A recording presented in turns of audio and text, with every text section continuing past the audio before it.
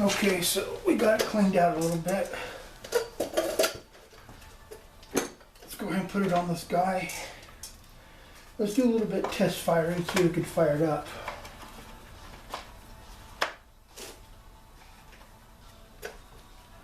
I want to put in some screws in here first.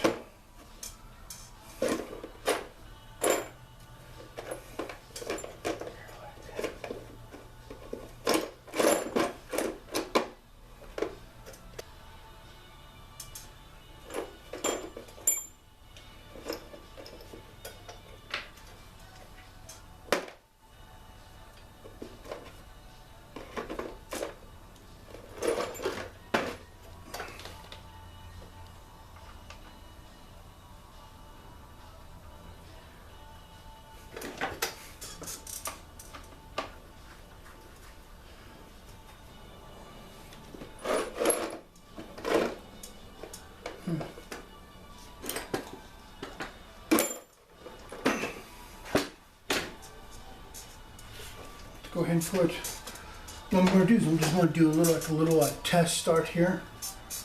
We'll put a little bit of